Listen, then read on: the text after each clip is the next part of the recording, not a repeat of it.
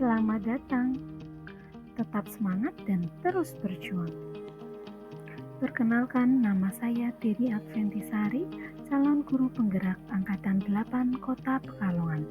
Pada kesempatan hari ini, saya ingin memaparkan koneksi antar materi mengenai kesimpulan dan refleksi pemikiran Ki Hajar Dewantara pada modul 1.1a.8.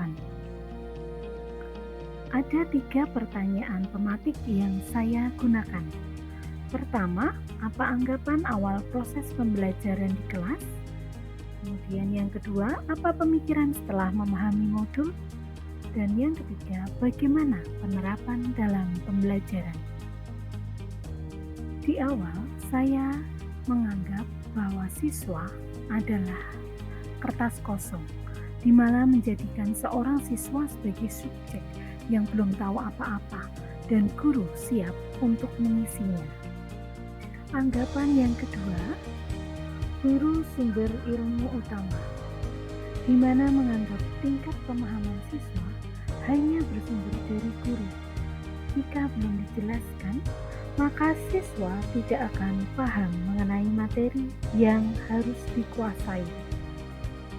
Anggapan yang ketiga, guru harus fokus hanya pada nilai.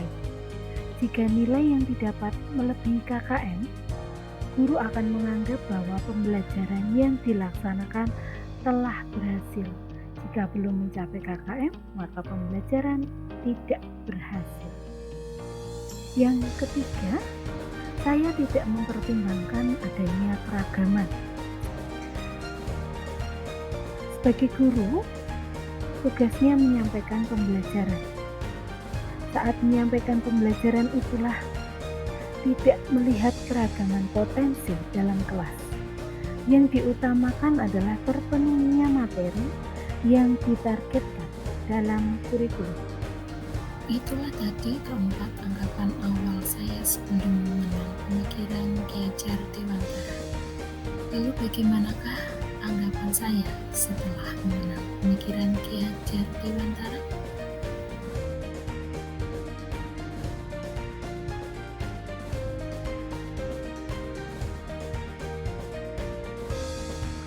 Dalam konsep pemikiran Ki Hajar Dewantara dipaparkan bahwa tujuan dari pendidikan adalah menuntun segala kodrat yang ada pada anak agar mereka dapat mencapai keselamatan dan kebahagiaan yang setinggi-tingginya, baik sebagai manusia maupun sebagai anggota masyarakat.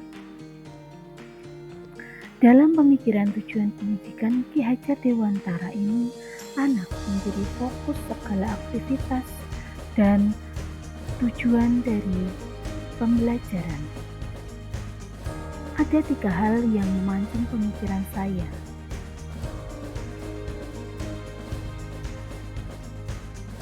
Kodrat, keselamatan, dan kebahagiaan. Kodrat itu adalah hal untuk saat ini yang dibawa oleh anak. Keselamatan dan kebahagiaan mengacu pada masa mendatang atau masa depan, hasil akhirnya. Dalam konsep pemikiran Ki Hajar Dewantara,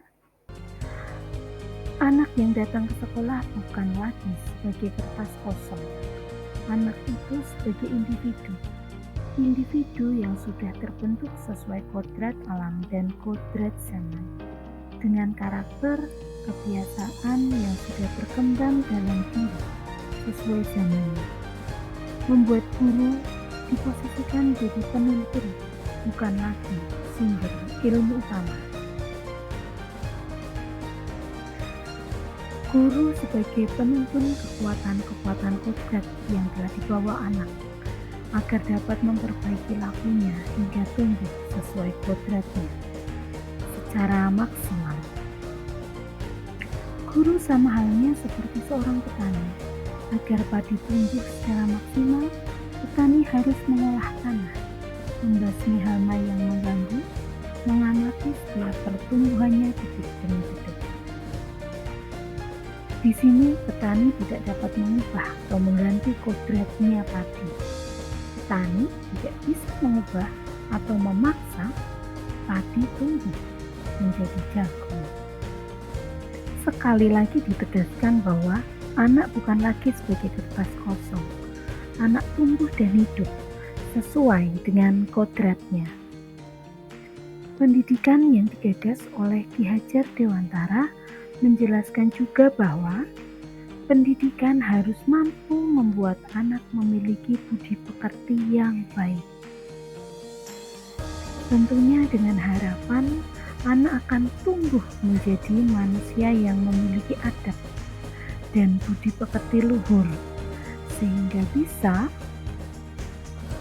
menantinya mencapai keselamatan dan kebahagiaan hidup dan bisa berguna bagi nusa dan bangsa.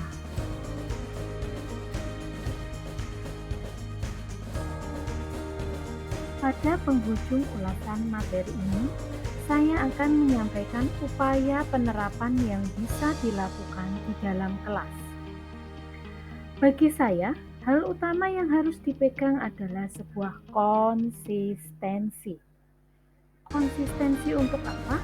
Konsistensi untuk 1. Menciptakan pembelajaran yang berpusat pada murid dengan penerapan berbagai model pembelajaran dan selalu berupaya mengintegrasikan pendidikan karakter pada setiap prosesnya. Yang kedua, menyusun pembelajaran berdiferensiasi, memetakan murid sesuai dengan gaya belajar, minat atau bakat dan kemampuannya. Yang ketiga, menciptakan kelas yang menyenangkan. Tujuannya satu, agar anak dapat mengekspresikan diri sesuai minat dan bakatnya, dapat pula divariasi dengan permainan atau sesuatu yang disenangi anak saat ini. Demikian ulasan untuk materi kesimpulan dan refleksi modul 1.1 A.8 yang saya buat. Sampai bertemu kembali di lain kesempatan. Terima kasih. Tergerak, bergerak, dan terus menggerakkan.